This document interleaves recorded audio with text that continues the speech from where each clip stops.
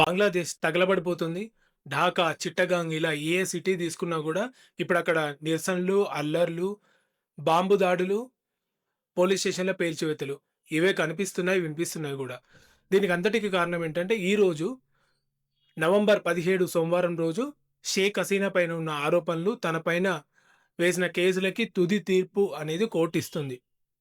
ఇది జస్ట్ ఒక నార్మల్ రాజకీయం చేయడానికి చేసిన కుట్ర అయితే కాదు. ఇది బంగ్లాదేశ్ యొక్క రాజకీయ భవిష్యత్తు, బంగ్లాదేశ్ భవిష్యత్తును నిర్ణయించే రోజు. ఎందుకంటే అక్కడ మిలిటరీ బలగాలు, పారామిలిటరీ, పోలీసులు వాళ్ళందరూ కూడా నైట్ మొత్తం రోడ్లపైనే ఉన్నారు. ఎందుకంటే ఈరోజు జరిగే తీర్పుకి ఎటువంటి ఆటంకం కలగకూడదు అని. అసలు షేక్ హసీనా ఎవరు? తను ఎందుకు ఇంత క్రిటిసిజం ఫేస్ చేయాల్సొచ్చింది? తనపైన ఇన్ని ఆరోపణలెందుకు? తను దేశం విడిచి బయటికి వెళ్ళాల్సిన పరిస్థితి ఎందుకొచ్చింది? Let's watch. Welcome to Harish talk show without filters.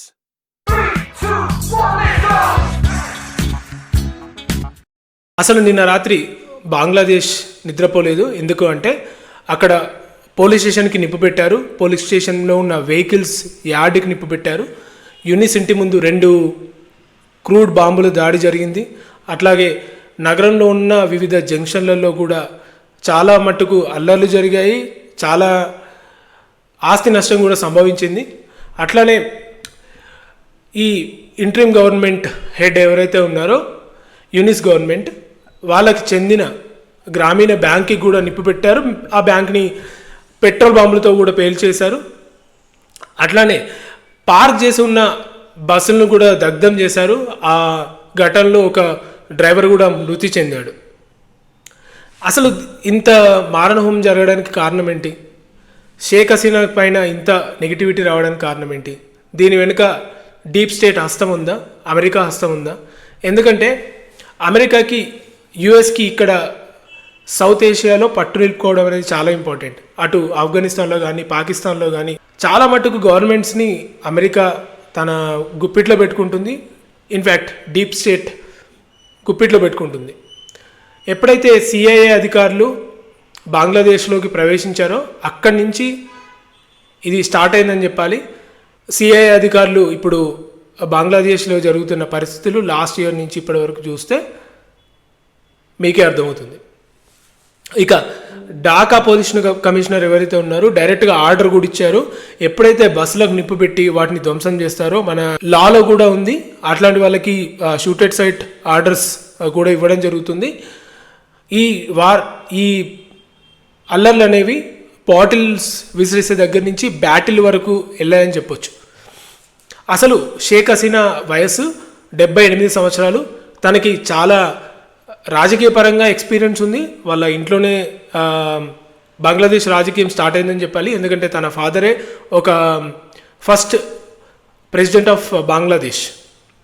తను అవామీ లీగ్ని చాలా దశాబ్దాలుగా నెట్టుకొస్తున్నారు. ఇప్పుడు ప్రస్తుతం తనపైన ఉన్న ఆరోపణలు ఏంటంటే ముఖ్యంగా హత్యలు, అవినీతి, తనకున్న అధికారాన్ని దుర్వినియోగం చేయడం, అట్లాగే క్రైమ్ అగైనెస్ట్ హ్యుమానిటీ అనేవి మెయిన్గా తనపైన ఉన్న కంప్లైంట్స్.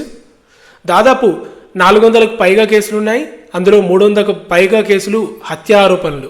ఒకవేళ కానీ ఈ హత్య ఆరోపణలు కానీ ఈ మిగిలినవి ప్రూవ్ అయితే ఇవాళ international crime tribunal court Bangladesh ఒకవేళ ఈ ఆరోపణలు కానీ నిజమని నమ్మి తనపైన ఐదర్ యావజ్జీవ కారాగార శిక్ష కానీ లేదా ఉరిశిక్ష విధించినా కూడా ఇక బంగ్లాదేశ్కి షేక్ హసీనా తిరిగి వెళ్ళడం అసాధ్యం. తన రాజకీయ భవిష్యత్తు బంగ్లాదేశ్ బయట ముగియనుంది. అలా కాకుండా మిగతా జరిగే ఛాన్సే లేదు.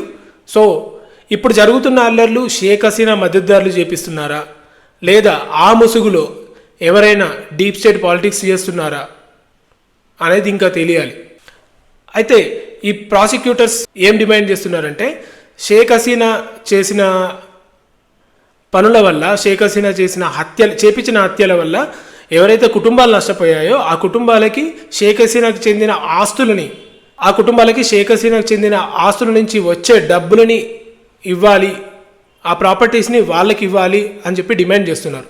ఈరోజు జరిగే కోర్టు తీర్పు ఏదైతే ఉందో ఆ కోర్టు తీర్పుని లైవ్ టెలికాస్ట్లో బీటీవీలో ప్రసారం చేస్తున్నారు.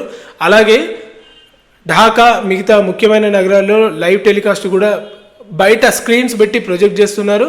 కానీ దానిలో కొన్ని కండిషన్స్ ఏంటంటే ఓన్లీ కోర్టు ఏవైతే అనుమతి ఇస్తాయో ఆ అనుమతి ఇచ్చిన వాటిని మాత్రమే ప్రసారం చేయబోతున్నారు. అయితే షేక్ హసీనా ఈరోజు జరగబోయే తీర్పు ఏదైతే ఉందో ఆ తీర్పుకి హాజరు కావడం లేదు. తను ప్రస్తుతం భారతదేశంలోనే ఉన్నారు. అయితే ఫేస్బుక్ ద్వారా తను ఒక మెసేజ్ కూడా ఇచ్చారు. ఎందుకంటే చాలా అల్లుళ్ళు జరిగాయి, చాలా కేసులు పెట్టారు, ఇవన్నీ నేను చూశాను, టైం అన్నిటిని డిసైడ్ చేస్తుంది, టైం మ్యాటర్స్ అని మాత్రమే తను పోస్ట్ చేయడం జరిగింది. ఇక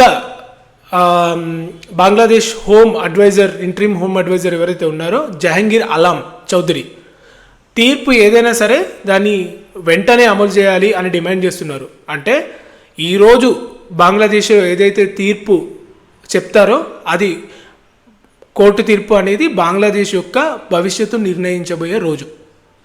ప్రస్తుతం బంగ్లాదేశ్ స్ట్రీట్స్లో నిరసనకారులు ఆర్ మద్దతుదారులు ఒకటే ప్రశ్న అడుగుతున్నారు, షేక్ హసీనా తిరిగి వస్తుందా లేదా ఈరోజే తన రాజకీయ జీవితానికి చరమగీతం పాడినట్టేనా. అయితే ఈ తీర్పు అనేది ఓన్లీ బంగ్లాదేశ్ ప్రజలకి, షేక్ హసీనాకి మాత్రమే కాదు, ఎంటైర్ సౌత్ ఏషియాకి ఇది ఒక ఇంపార్టెంట్ వర్డిక్ట్ అని చెప్పాలి. ఎందుకంటే ఎప్పటి నుంచో అమెరికా సౌత్ ఏషియా పైన కన్నేసింది, దానికి బంగ్లాదేశ్ని ఒక అడ్డాగా చేసుకుంది. అటు చైనాకి కానీ ఇటు ఇండియాకి కానీ చెక్ పెట్టేందుకు స్ట్రాటజిక్ పాయింట్గా బంగ్లాదేశ్ని వాడుకోవాలని చూస్తుంది.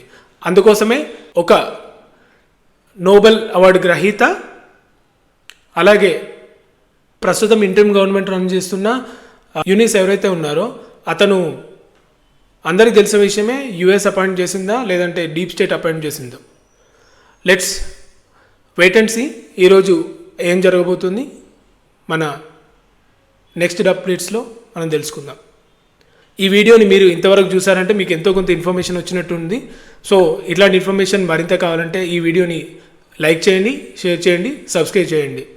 జై భారత్, జై హింద్. Signing off Harish Govindu.